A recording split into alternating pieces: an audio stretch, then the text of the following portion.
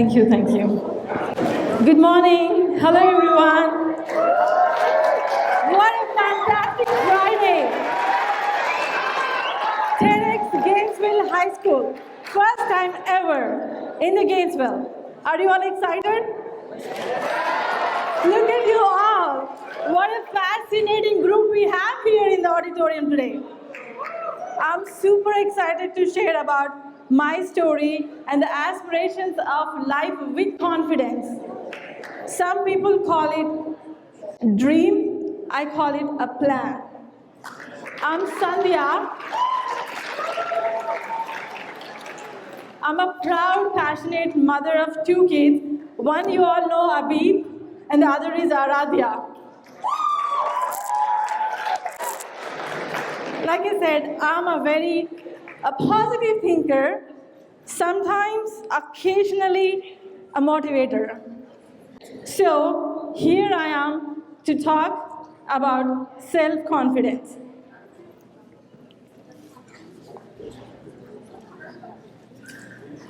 I'm going to start with 3 questions. So, what do you want to be known for? And what do you want to be known as? And what brings you guys to school?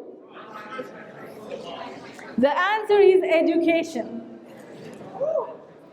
I am so excited and I'm so keen to listen to you all talking about STEM education and science advancement, but here I am to talk about something very essential that is required to seek any kind of pursuing education, which is self-confidence.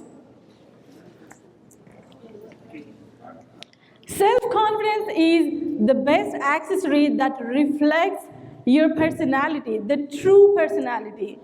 We all know that self-confidence is not something that we are all born with, but it's something that you can develop, that you build for yourself. It's a self-taught. So you're all teaching self-confidence at any level of your occasion, your commitments, whatever that you're going to pursue, you need that self-confidence. So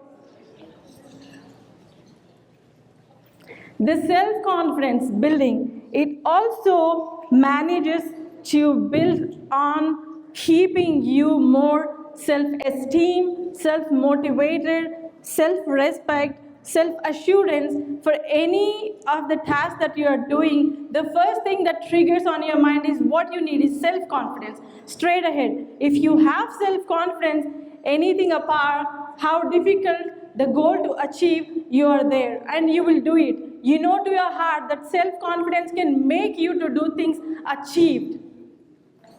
So whether in your career, personal life, professional life, the incredibly essential skill is self-confidence.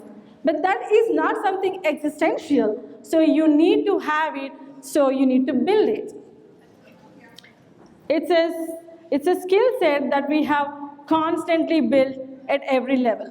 And we only hold the ability to cultivate our own self-confidence. And remember that. When we need self-confidence, if we don't believe in ourselves, who else will? There are the days that you're not superly active, superly confident. So there are the days you feel lonely, there are the days you feel hopeless. That's the time when you need to pull up your all strengths to make yourself go ahead and do it. So that confidence makes you to address the challenges and to stay positive to overcome all the fears. How do we build the self-confidence? As I said, self-confidence is incredibly improved skill. But the way I look at the self-confidence, the confidence is of 2 ways. One is the confidence that you feel, and the other is the confidence that you show, that you look. So it's not just important what you feel confident inside, but it is also essential that you need to show yourself, appear confident. That makes you more potential, more challenging, and more noticeable. That brings up the potential. Okay, so to build the self-confidence, to look more confident, I think I have gathered 10 tricks or tips you call. So the first one is keep the body in good posture.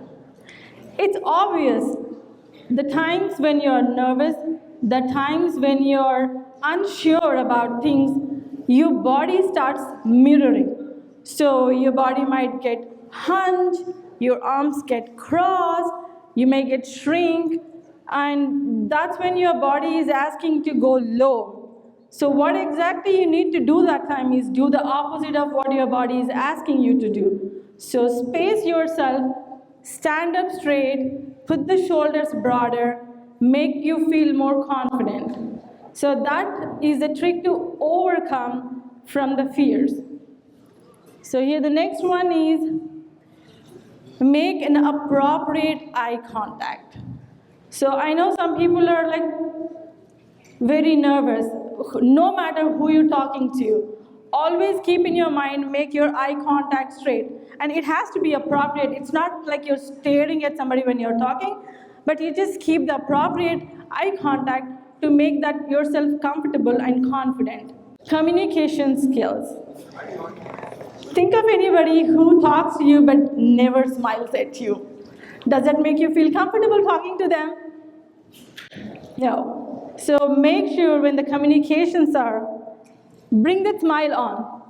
That's the first step. And no matter who you're talking to, speak clearly, loud, make sure you're convincing the point that you want to express to them. Personal life, boyfriend, girlfriend, professional life, anybody you talk to, just speak out the straight words. And always remember, no matter how the question was, how disrespectful the question was, remember to answer with respect. Because the history never records the question being asked. History records the answers you give. So when you answer, keep up the positivity and answer with respect. Be persistent. Any challenge, any task that is like too much to carry, too much to reach, only trick that you can do is practice repeatedly. So when you practice things repeatedly, that brings the confidence that, yes, I did wrong last time, but now I can do it correct. So more attempts you do, more repeatedly you practice, that brings your inner confidence. Construct your competency. Push the boundaries. You think you can only do this much, but no, you have more power to do. So push your boundaries, make more challenges, keep things assorted, like a strategy to achieve goals. So that brings your abilities to the higher level. Become bulletproof to judgment. What that means. Bullying in the school, not just the one. If somebody calls you, you are so useless, you can't do this. Why you are doing this? Why can't you do this? Don't listen to them. When you know to yourself what you're doing is correct, you don't need to explain people. Take the judgment. Constructive criticism is okay to improve your abilities, but not the judgment. You don't have to obey somebody's judgment. Respect is something that you take when people give. But the opinions and judgments, they are giving you. Tell, just stay. You can have them. They're not coming to me. I'm not ready to take. Unless you accept the judgments of people, you're never going to go low. Keep your spirits always high. So self-control. This is for students, I wanted to say. Self-control. Start controlling your pleasures.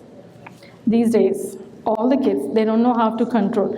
Keep on scrolling Insta, keep on scrolling Netflix, keep on scrolling. You don't have any limits.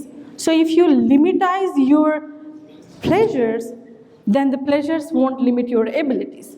So what I'm saying is here, there's nothing wrong. Social media, you have everywhere. You need that information. So just keep it to the limit where you're not keep on scrolling and forgetting stuff. When you spend too much time on pleasures, That's where you become less confident. When the time arrives, there is a task you have to do. Oh, I have to update my resume. Oh, I have to do this. Remove that I have to. Replace it with I want to and I need to. I am going to. Affirmative thoughts. Think about if I limitize the time of here that I'm scrolling and I'm wasting time on unnecessary topics, you can utilize that to bring on more abilities and become more confident. Accept your shortcomings. Yes. Is there any person who never faced failure in life? No, there's failure everywhere. You have heard, you couldn't do it, you didn't do it. Accept the fact. You couldn't do it. But what's the beauty about it? You can do it better next time. So don't pull yourself back. Push yourself forward. So your failures are always, challenges are like learning scope to brush up your abilities. Self-assessment. It is always important to know the travel you're traveling, but you need to know where you are. If you don't know where you are, you might forget where you have come from. So always assess yourself, your abilities, by testing yourself, or like go for an extra mile, learn something new, learn something, a new language, a new skill, or new something, and you think about add that assessment to your profile. Make goals attainable. High school is tough. We've been through. Everything seems to be big. Everything seems to be, why I have to do this? When you look at your goal much bigger, you think, I have to skip this for today. I have to skip it for this week. But break down your goals. Make them short. Make them attainable. I can do this for today. Let me do this. And that encourages you to do next day, do it more. So it's always easy to do like short step, one at a time. And you will achieve it in no time. Trust me. So these are the 10 tricks. I think they make sense to you. Next. Here I have another interesting story of a self-confidence. A story which inspired me when I heard first time. This is a story of a businessman who was doing fabulous. He had everything to live.